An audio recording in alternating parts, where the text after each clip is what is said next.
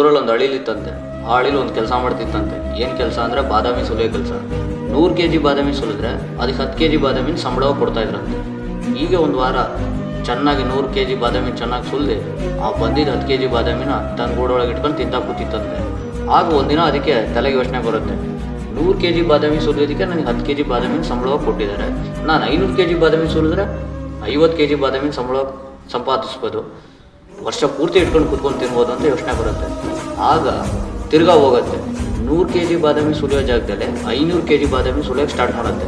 1 ತಿಂಗಳು ಹಗಲು ರಾತ್ರಿ ಅಂದೇ ಸುಲಿಯೋಕ್ಕೆ ಸ್ಟಾರ್ಟ್ ಮಾಡುತ್ತೆ. ಸುಲಿಯುತ್ತೆ 50 kg ಬಾದಾಮಿನ ಸಂಪಾದನೆ ಮಾಡಿ ಅದನ್ನು ತನ್ನ ಗೂಡೊಳಗೆ ಇಟ್ಕೊಂಡು ತಿನ್ನೋಕ್ಕೆ ಸ್ಟಾರ್ಟ್ ಮಾಡುತ್ತೆ. ನಾಳೆಯಿಂದ ಆರಾಮಾಗಿ ತಿನ್ಬೋದು ಅಂತ ಯೋಚನೆ ಮಾಡಿರುತ್ತೆ.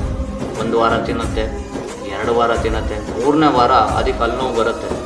ಏನಕ್ಕೆ ಹಲ್ಲು ನೋವು ಅಂದರೆ ಬಾದಾಮಿ ಸುಲ್ದಿ ಅಲ್ಲೆಲ್ಲ ಸೌದೋಗ್ಬಿಟ್ಟಿರ್ತವೆ. ಅದೇನು ಯೋಚನೆ ಮಾಡಿರುತ್ತೆ ಅಂದರೆ ಇವತ್ತು ಚೆನ್ನಾಗಿ ಕೆಲಸ ಮಾಡಿಬಿಡೋಣ, ನಾಳೆ ಆರಾಮಾಗಿ ಕೂತ್ಕೊಂಡು ತಿನ್ಬೋದು ಅಂತ ಯೋಚನೆ ಮಾಡಿರುತ್ತೆ. ಇದೇ ಪರಿಸ್ಥಿತಿಯಲ್ಲಿ ಸಾಕಷ್ಟು ಜನರು ಒತ್ತಡದಿಂದ ಕೆಲಸ ಮಾಡ್ತಿದ್ದಾರೆ. ರಿಟೈರ್ಮೆಂಟ್ ಲೈಫ್ ಚೆನ್ನಾಗಿರಲಿ ಅಂತ ಇವತ್ತು ಈ ಕ್ಷಣನ ಒಳ್ಳೆ ಕ್ಷಣಗಳನ್ನು ಮಿಸ್ ಮಾಡ್ಕೊಂಡು ದುಡಿತಿದ್ದಾರೆ. ಆದರೆ ನಾಳೆ ಚೆನ್ನಾಗಿರಲಿ ಅಂತ ದುಡಿತಾರದು ತಪ್ಪಲ್ಲ. ನಾಳೆ ಚೆನ್ನಾಗಿರಲಿ ಅಂತ ಇವತ್ತಿನ ಈ ಒಳ್ಳೆ ಕ್ಷಣಗಳನ್ನು ಮಿಸ್ ಮಾಡ್ಕೊಂಡು ಫ್ಯಾಮಿಲಿಗಳಿಗೆ ಟೈಮ್ ಕೊಡದೆ ತಮ್ಮ ಆರೋಗ್ಯದ ಬಗ್ಗೆ ಗಮನ ಕೊಡದೆ ದುಡಿತಾರೋದು ಇಷ್ಟು ಮಟ್ಟಿಗೆ ಸರಿ.